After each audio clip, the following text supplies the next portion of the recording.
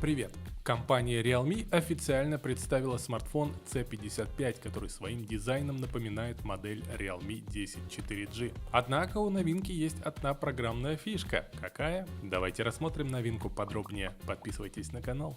Поехали! Говоря про программную фишку, я имел в виду мини-капсул. Это своего рода аналог Dynamic Island в iPhone 14 Pro. В принципе, ничто не мешает Realme реализовать нечто подобное во всех своих смартфонах.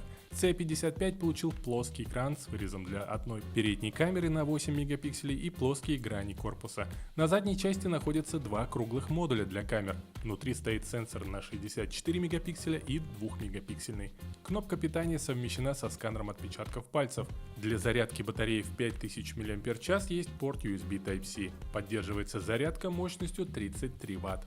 Проводные наушники можно подключить через разъем 3,5 мм. Про экран 6,52 дюйма, IPS, Full HD+, заявленная пиковая яркость составляет 680 нит. Поддерживается частота обновления 90 Гц. В качестве аппаратной платформы используется MediaTek Helio G88 с 6 гигабайтами оперативной памятью LPDDR4X и накопителем на 128 или 256 гигабайт. Работает телефон на Android 13 с Realme 4.0.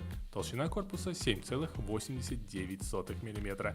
Купить телефон можно будет в двух версиях 628 и 8256. Цена за младшую версию $163, это 12 300 рублей на сегодняшний день, и за старшую $195, 14 700. Продажа устройства с 8 марта, но пока только в Индонезии. Напишите в комментариях, как вам новинка. Спасибо за лайки, подписывайтесь на канал, подписывайтесь на мою группу в Telegram, где я публикую самые выгодные цены на технику с AliExpress и Яндекс.Маркета. Впереди много интересных новостей и обзоров. Пока-пока.